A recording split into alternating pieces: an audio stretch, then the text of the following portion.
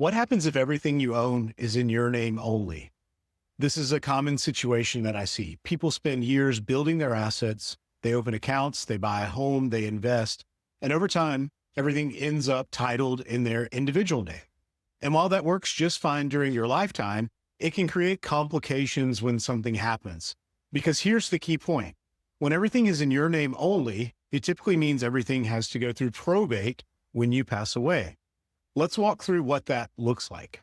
Your family can't immediately step in and transfer assets. They can't just retitle your home, access accounts, or distribute assets. Instead, someone has to go to court and be formally appointed to handle your estate. That process takes time. There are filings, there are notices, there are steps that have to be followed before things can move forward.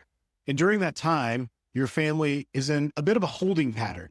I've seen families in this situation. They're ready to move forward, but they're waiting on the process. Now, probate isn't always a bad thing, but it is a process, and it can create delays, additional costs, and sometimes frustration. Now, let's compare that to a situation where planning has been done ahead of time. Maybe certain assets are in a trust.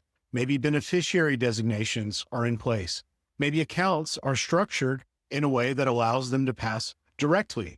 Now, instead of everything going through one central court process, things can move more efficiently. The person you've chosen to be in charge can step in and begin handling things right away. There's less waiting, less uncertainty, less friction. Now, this doesn't mean everything has to be restructured or complicated, but it does mean being intentional about how assets are titled, because how things are titled determines what happens later. And that's something a lot of people don't realize until they're in the middle of it. So when I talk with clients about this, the goal isn't to make things complex. It's actually the opposite.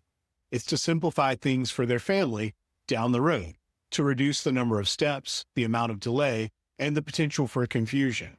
Because at the end of the day, this isn't just about assets. It's about what your family experiences when they have to step in and handle things.